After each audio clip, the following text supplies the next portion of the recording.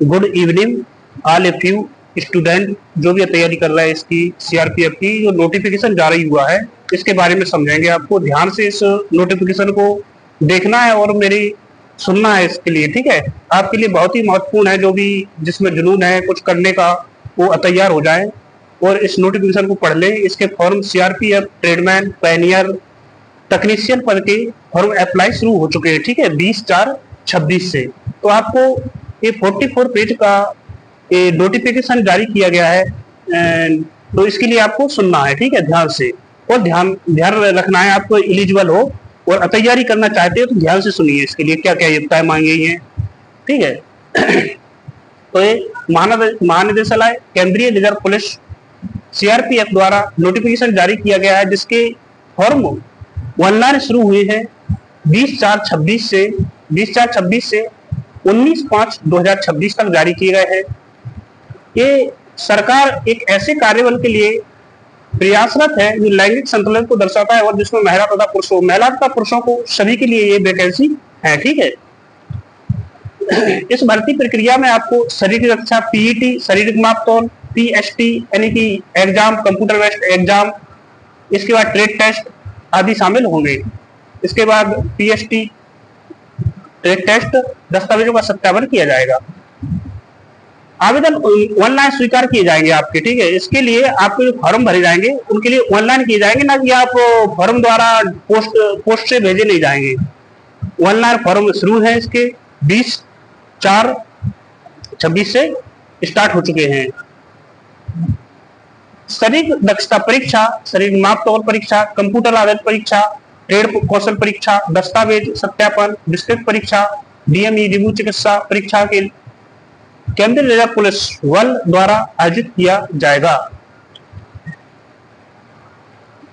ये इसमें परीक्षा की जो भाषा होगी वो क्या होगी? परीक्षा की भाषाएं केवल 2 भाषाएं होगी, हिंदी और इंग्लिश, ठीक है। इसके अलावा कोई भाषा नहीं होगी। ऑफिशियल भाषा जो एग्जाम होगा उस हिंदी तथा इंग्लिश 2 ही भाषाओं में, ऐसे किसी को आप सिलेक्ट कर सकते हैं, उसको चयन कर सकते हैं। ध्यान रखना भाषा का आपके लिए। ये पद है सिपाही तकनीशियन एवं ट्रेडमैन के पदों की श्रेणीवार रिक्तियां राज्यों तथा केंद्रों के लिए अलग अलग वैकेंसी दी गई है इसमें, ठीक है। हम छोटा छोटा लेते चलेंगे, आपको बस ध्यान से सुनता जाए।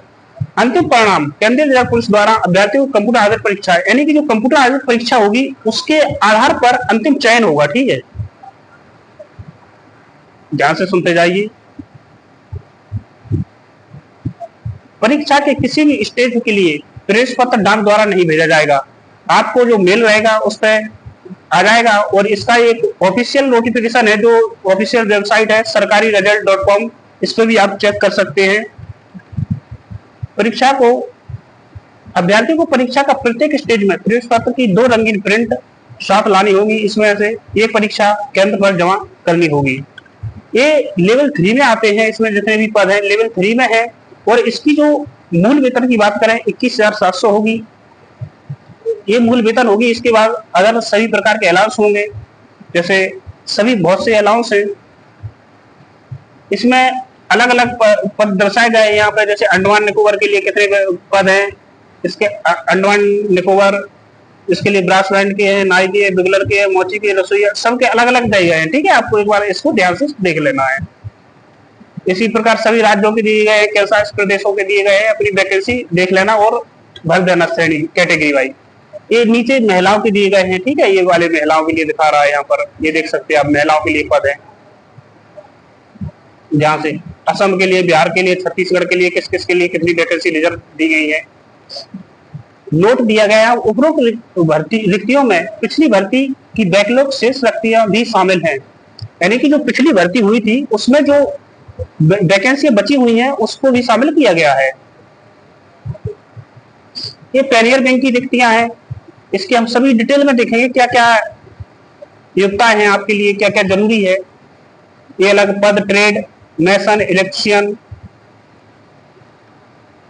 10% भूतपूर्व सैनिकों के लिए, एक्स सर्विसमैन के लिए आरक्षित है। यदि उपयुक्त भूतपूर्व सैनिक उम्मीदवार उपलब्ध नहीं होते हैं तो रिक्तियां संबंधित श्रेणी के गैर भूतपूर्व, यानी कि मान लीजिए आप अगर ये 10% वैकेंसी रिजर्व ऑफ 10% वैकेंसी उनके लिए भूतपूर्व सैनिकों के लिए रिजर्व है, लेकिन अगर किसी कारणवश ये नहीं भर पाती हैं तो सीधी प्रतियोगिता से भरी जाएगी। जो आप फॉर्म भरोगे उसमें आपको लिया जाएगा। जैसा कि सिपाही, तकनीशियन, ट्रेडमैन के पदों की रिक्तियां राज्य के प्रदेश के अनुसार निर्धारित की गई हैं। स्थायी निवास प्रमाण पत्र, दस्तावेजों का सत्यापन, विस्तृत चिकित्सा।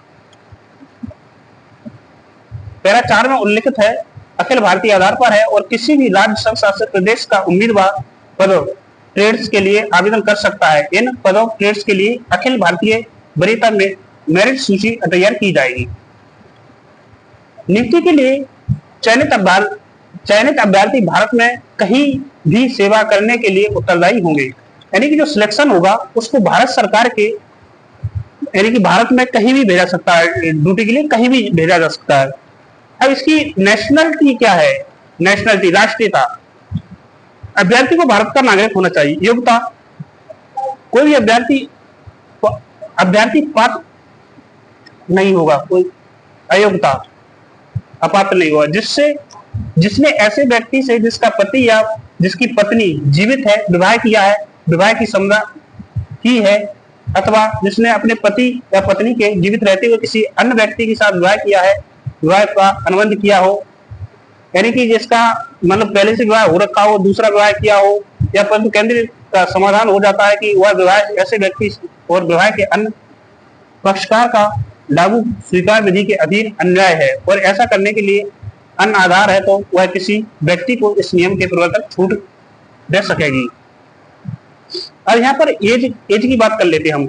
सिपाही, चालक, ड्राइवर के लिए एज, ड्राइवर के लिए एज क्या है आपकी? 1/1/2026 को 27 वर्ष, उम्मीदवार का जन्म दिनांक 2/1/1999 से पहले और दिनांक 1/1/2025 के बाद का नहीं होना चाहिए। ठीक है, ध्यान से सुनते जाना आपको प्यार से, बढ़िया नोटिफिकेशन पूरा बताऊंगा मैं, 44 पेज का है। इसको मुख्य बिंदुओं को कवर करूंगा।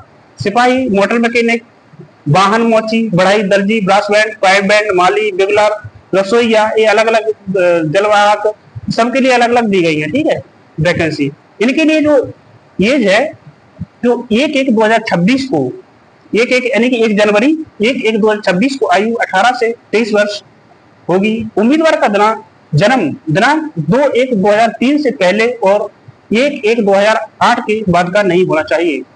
विभिन्न श्रेणियों के लिए ऊपरी आयु सीमा में अनमोल छूट निम्नानुसार है। यानी कि जो छूट है कैटेगरी वाइज, जैसे एससी को, एसटी को, ओबीसी को यहाँ पर वर्गवार छूट दी है। अनुसूचित जाति, अनुसूचित जनजाति, एससी एसटी के लिए 5 वर्ष की छूट है, ओबीसी के लिए 3 वर्ष की छूट है और भूतपूर्व सैनिक के लिए गणना की तिथि को वास्तविक आयु से प्रदान की गई सेवा को घटाने के बाद 3 वर्ष। ये पद इनके लिए अलग अलग है। 1984 के दंगों में मारे गए पीड़ितों के बच्चों के लिए 5 वर्ष की छूट है। 1984 में मारे गए पीड़ितों के बच्चों और आश्रितों के वर्ग के लिए 8 वर्ष की छूट है। ये छूटें दी गई हैं यहाँ पर। उपरोक्त पद किसी भी दिव्यांग श्रेणी, जैसे कि सुनने में असमर्थ, हेयरिंग हैंडकैप्ड, शरीर की दिव्यांगता हैंडीकैप्ड, देखने में असमर्थ विजुअलिटी हैंडीकैप्ड एवं स्वेलिनता आत्मदो, यानी कि किसी भी तरह से डिसेबिलिटी है, विकलांगता है किसी भी उसमें, तो ये क्योंकि ये फोर्स के पद है, इसके लिए ये योग्य नहीं है। जो शारीरिक रूप से फिट है, योग्य है, वही इसके लिए फॉर्म भरे, अन्यथा ऐसे व्यक्ति इसके लिए फॉर्म अप्लाई ना करें। आवेदन देखो स्पष्ट दिया गया है, यहाँ पर आपको दिखा देता हूं मैं, ये लिखा गया है उम्मीदवार आवेदन ना करें।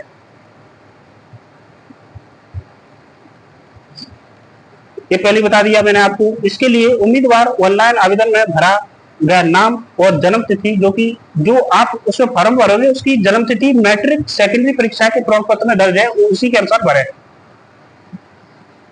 इसके बाद किसी प्रकार के बदलाव का अनुरोध नहीं किया जाएगा। जो आपकी मैट्रिक परीक्षा में यानी कि 10वीं में जो आपकी जन्म तिथि है उसी को एक्सेप्ट किया जाएगा। सशस्त्र बलों में भूतपूर्व सैनिक कॉल आप सेवा की अवधि भी आयु में छूट के उद्देश्य से सशस्त्र बलों में की गई सेवा के रूप में माना जाएगा।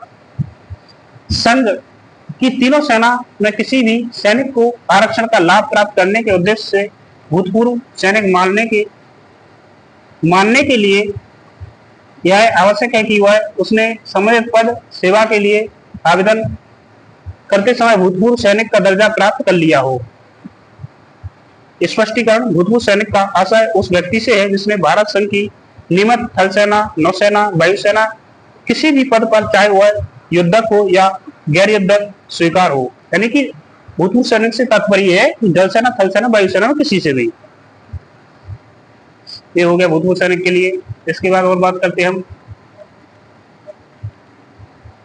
आगे देखते जाएंगे। इसके लिए सेना डाक सेवा कार्यों को नियमित सेना का हिस्सा है। प्रमाणीकरण किया प्रमाण पत्र, ये बताई दिया हमने आपको। अनुसूचित जाति, अनुसूचित आर्थिक रूप से कमजोर ईडब्ल्यूएस के लाभ लेने के लिए निर्णायक तिथि ऑनलाइन आवेदन प्राप्त करने की अंतिम होगी, जो कि 19/5/2026 है।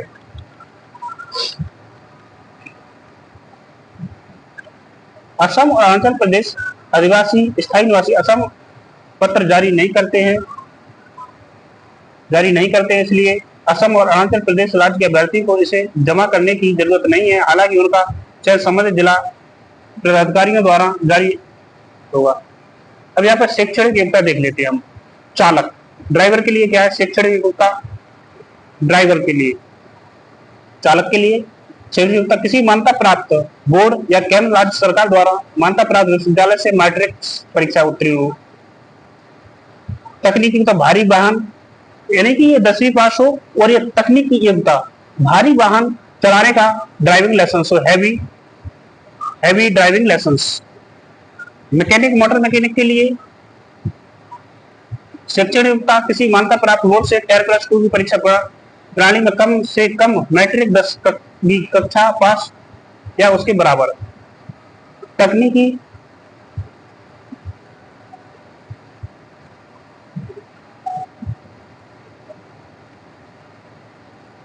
मोटर मैकेनिक से हम, और इसकी तकनीकी क्या है? राष्ट्रीय व्यवसायिक परीक्षण परिषद द्वारा मान्यता प्राप्त या अन्य किसी मान्यता प्राप्त संस्थान से मोटर वाहन मैकेनिक में 2 वर्ष का औद्योगिक प्रशिक्षण संस्थान ITI प्रमाण पत्र, संयुक्त ट्रेड में 1 वर्ष का व्यवसायिक अनुभव।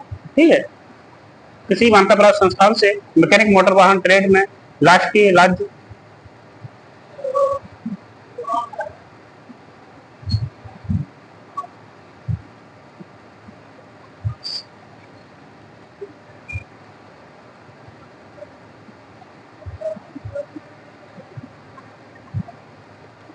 ये हो गया। पैनियर बैंक के लिए, पैनियर बैंक राजमिस्त्री, मैसन, शैक्षणिक तक सीमांत बोर्ड से मेट्रिकुलेशन या उसके समर्थ एक्सेल के तकनीकी योग्यता, ट्रेड में मैसन या प्लम्बिंग या इलेक्ट्रिशियन में 1 वर्ष का अनुभव। ये डी में है मान्यता प्राप्त प्रशिक्षण संस्थान से ट्रेड का प्रमाण पत्र रखने वालों को वरीयता दी जाएगी। जिन अभ्यर्थियों ने निर्धारित तारीख तक जरूरी शैक्षणिक योग्यता प्राप्त नहीं की है, वे पात्र नहीं होंगे और उन्हें आवेदन करने की आवश्यकता नहीं है। यानी कि जो आपके पास शैक्षणिक योग्यता है, उसकी जो 1/1/2026 का जो टाइमिंग है, उस तक आपको कंप्लीट होना चाहिए शैक्षणिक योग्यता। अगर आपकी रनिंग में है तो उसे पूरा होना चाहिए, इनका आप योग्य नहीं है। आवेदन की प्रक्रिया हमने बताई थी, कैसे करें, ऑनलाइन करें। ये डेट दी गई है यहाँ पर। इसके बाद देखें आवेदन शुल्क, परीक्षा शुल्क 100 रुपये प्रत्येक पद के लिए किसी मान्यता प्राप्त EWS OBC श्रेणी के पुरुष अभ्यर्थियों के लिए, अनुसूचित जाति, अनुसूचित जनजाति, भूतपूर्व सैनिक और सभी वर्गों को महिला एवं अभ्यर्थियों में छूट दी गई है। हो गया। PET, PST, trade test, DV और DME RME के लिए केंद्र, ये इसके अलग अलग केंद्र दिए गए, ये देख लेना है आपको। ठीक है, कर्नाटक, मध्य प्रदेश, महाराष्ट्र, अलग अलग सेंटर दिए गए इसके थ्री। इसके बाद बात करें हम, परीक्षा बायोमेट्रिक डेटा कैप्चरिंग और उसके बाद PET, PST से गुजरना होगा। परीक्षा योजना सिपाही, टेक्नीशियन और ट्रेडमैन के लिए पैनियर के लिए होगी। PET और शरीर मानक परीक्षण, PST trade, radio frequency identification device RFID मापने के लिए डिजिटल उपकरण के जरिए किए जाएंगे। शरीर दक्षता परीक्षण PET। यहाँ पर आपको इनपुट ध्यान रखना है। देखिए, तकनीकी और ट्रेडमैन के लिए सिपाही चालक, मोटर मैकेनिक, वाहन सिपाही, वाली सिपाही, इनके लिए जो ऊपर दिए गए इनके लिए 24 मिनट में 5 किलोमीटर। और महिला के लिए अलग टाइम दिया गया है 8.5 मिनट, 1.6 किलोमीटर यानी कि 1600 मीटर। सिपाही रसोईया जलवायु सिपाही के लिए इसके लिए 10 मिनट में 1.6 1600 मीटर, और 12 मिनट महिला के लिए 12 मिनट में 1.6 किलोमीटर है। ऐसे अलग अलग दिए गए टाइम, ध्यान रखना है आपको, माइंड में सेट करके रखना है। जो उम्मीदवार दौड़ में उत्तीर्ण नहीं होंगे उन्हें बोर्ड के पीठासीन अधिकारी द्वारा बताते हुए अस्वीकृत पर्ची रिजेक्शन स्लिप देकर भर्ती प्रक्रिया से बाहर कर दिया जाएगा।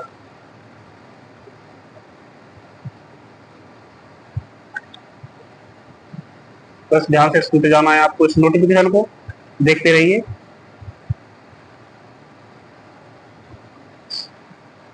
हाइट की बात करें, अनुसूचित जनजाति के सभी उम्मीदवारों के लिए 162.5 सेंटीमीटर, महिला के लिए 150 सेंटीमीटर। पूर्वोत्तर राज्यों यानी कि नॉर्थ ईस्ट के सभी अनुसूचित जनजाति के उम्मीदवारों के लिए 157 और महिला के लिए 147.5। वामपंथी उग्रवाद से प्रभावित जिलों के सभी अनुसूचित जनजाति के उम्मीदवार 160 सेंटीमीटर, महिलाओं के लिए 147 सेंटीमीटर।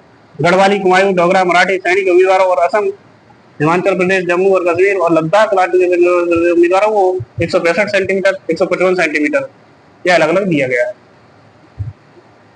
ध्यान से देखते जाइए। इसके लिए आपको महिला अभ्यर्थियों के सीने के का माप नहीं लिया जाएगा, यानी कि महिलाओं को सीने का नाप नहीं होगा। वजन चिकित्सा मानकों के अनुसार ऊंचाई और आयु के अनुपात में वजन होना चाहिए। इसका मेजरमेंट चलेगा हाइट, वेट और एज का होना चाहिए। केवल उन्हीं भर्तियों को भर्ती के अगले स्टेज अर्थात कंप्यूटर आधारित परीक्षा सीयूटी के लिए बुलाया जाएगा जो पीईटी और पीएसटी में उत्तीर्ण होंगे। एक सबसे इम्पोर्टेंट यह बात कर लेते हैं हम यहाँ पर कि इसका परीक्षा का विषय वस्तु कहा रहेगा। जो कंप्यूटर बेस्ड परीक्षा होगी इसकी विषय वस्तु रहेगी हमारी, इसके चार सेट रहेंगे 25-25 के, 25% 25 के रहेंगे। चार समय रहेगा 2 घंटा। इसमें सामान्य बुद्धि और तर्क शक्ति, जनरल नॉलेज और रीजनिंग, इसमें 25 प्रश्न होंगे और 25 ही अंक दिए जाएंगे। सामान्य ज्ञान, सामान्य योग्यता 25-25, सामान्य गणित के 25 क्वेश्चन रहेंगे, 25 मार्क दिए। अंग्रेजी और हिंदी ऑब्लिक रहेंगे, आप किसी भी एक को सेलेक्ट करके 25 का ही रहेगा। समय 2 घंटा रहेगा। सभी वस्तुएं इस प्रकार के होंगे। कंप्यूटर आधारित परीक्षा सीबीटी के केवल अंग्रेजी और हिंदी में आयोजित की जाएंगे, यानी कि सभी ऑब्जेक्ट टाइप रहेंगे, सभी प्रश्न ऑब्जेक्ट टाइप रहेंगे और कंप्यूटर पर परीक्षा होगी आपके लिए। ये तो उसमें से सही का सिलेक्ट करना है, इसमें नकारात्मक नहीं होगा। सबसे अच्छी बात है कि आपको अगर गलती भी करते हैं उसका नेगेटिव मार्किंग नहीं की जाएगी। कंप्यूटर आधारित परीक्षा सीबीटी और उम्मीदवारों द्वारा प्राप्त अंकों का सामान्यकरण किया जाएगा और ऐसे सामान्यकृत अंकों का उपयोग अंतिम योग्यता सूची और कट ऑफ अंक निर्धारित करने के लिए तैयार किया जाएगा। कंप्यूटर आधारित परीक्षा सीबीटी में प्रश्न मैट्रिक स्तर के होंगे। अभ्यर्थी को कैलकुलेटर और अन्य इलेक्ट्रॉनिक डिवाइस, किसी प्रकार की इलेक्ट्रॉनिक डिवाइस सेंटर में ले जाना एलिजिबल नहीं होगा। सामान्य बुद्धि कर सकती है। टोटल सिलेबस दिया गया है। इसके बाद इस सारी मैंने बता दिया है आपके लिए, अलग अलग ये पद हैं। ये क्या क्या चाहिए इनका ये पढ़ लेना आप। दस्तावेज,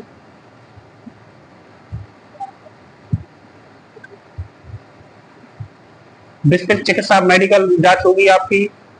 इसके बाद आंखें अच्छी होना चाहिए। सभी तरह की डिटेल दी गई है इसमें, सारी तरीके से आपको समझाएंगे। जो इम्पोर्टेंट है मैं उसके लिए आपको छाट के बताते जाऊंगा। कंप्यूटर आधारित परीक्षा सीबीटी में अर्हता प्राप्त करने वाले पुरुष और महिला अभ्यर्थियों को भर्ती प्रक्रिया के अगले स्टेज में उपस्थित होने के लिए सीबीटी में उनकी योग्यता के आधार पर राज्य, संघ राज्य, क्षेत्रवार और श्रेणीवार शॉर्ट लिस्ट किया जाएगा।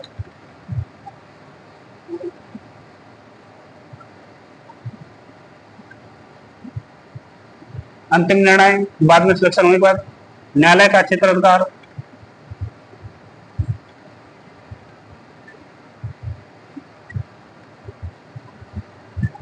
ये ऑनलाइन का दिया गया है सारा कैंडिडेट कोर्स। इसके बाद देखते हैं और क्या इम्पोर्टेंट है आपके लिए, जरूरी बताना है आपके लिए।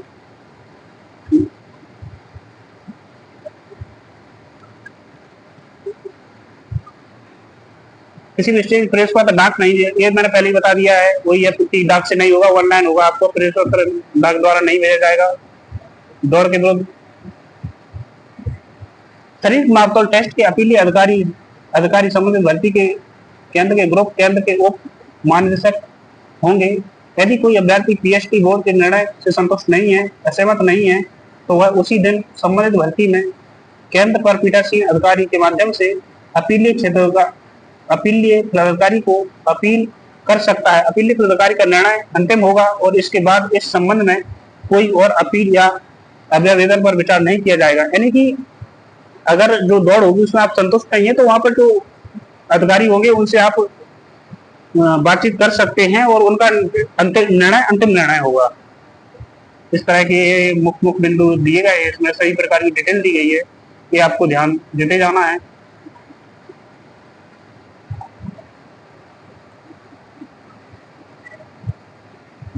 ये वही वैकेंसी आ गई अलग अलग स्टेट वाइज, ये अलग अलग किस किस की कितनी वैकेंसी है दिया गया है। ठीक है, ये एक हमारा एक नोटिफिकेशन है, इसकी क्लास बहुत लंबी हो जाएगी। और अगर आपको नोटिफिकेशन अच्छा लगता है तो एक बार चैनल को लाइक कर दें और कमेंट में जरूर बताएं कि किस चीज़ की आपको जरूरत है, उससे संबंधित हम वीडियो बनाएं। और हमारी क्लास लगातार जनरल नॉलेज की, जीएस की चलती रहेगी। और आप एक बार चैनल को सब्सक्राइब जरूर कर दें, चैनल को सब्सक्राइब कर दें और हमसे जुड़ जाएं, क्योंकि आप तैयारी को बेहतर बना पाएं। और हमारी क्लासें कंटिन्यू चल रही हैं। आपको यूट्यूब में जाना है, यहाँ पे यूट्यूब में जाकर के